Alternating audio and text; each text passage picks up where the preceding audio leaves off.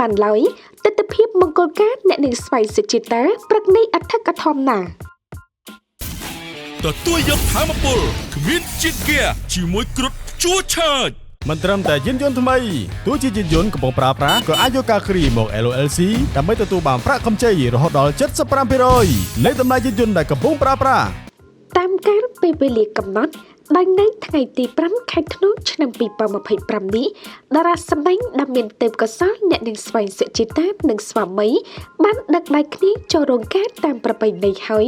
ក្រោយពីបានទម្លាយពីទំនាក់ទំនងជាសាធារណៈប៉ុន្មានខែកម្មវិធីមង្គលរបស់តារាជើងចាស់រូបនេះនិងស្វាមីត្រូវបានទម្លាយឲ្យដឹងថាធ្វើឡើងនៅគេហដ្ឋានរបស់ខ្លួនផ្ទាល់គឺនៅបរិយាប័កបៃតង2កប់ស្រូវរាជធានីភ្នំពេញ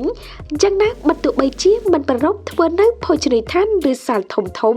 ដោយសិល្បករមួយចំនួននាកន្លងមកប៉ុន្តែមង្គលការរបស់គូស្នេហ៍ខុសវ័យមួយគូនេះក៏អធិកធមមិនធម្មតានោះឡើយ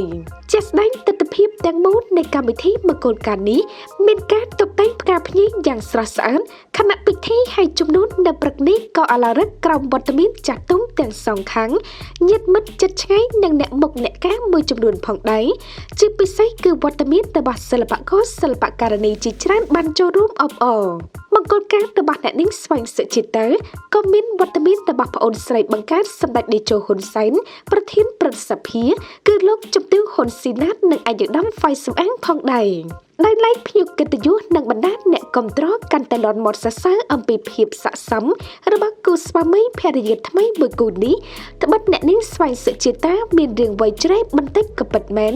ប៉ុន្តែនៅពេលដែលតុបតែងខ្លួនស្លៀកពាក់ឈុតកូនក្រមុំមើលទៅពិតជាស្រស់ផូរផង់សមជានារីខ្មែរក្នុងសម្លៀកបំពាក់ប្រពៃណីចំណែកកូនកំលោះក៏ស្រស់សង្ហារូបរាងខ្ពស់ស្រឡះទឹកមុខញញឹមញញែមរាក់ទាក់ភ្ញៀវផងដែរ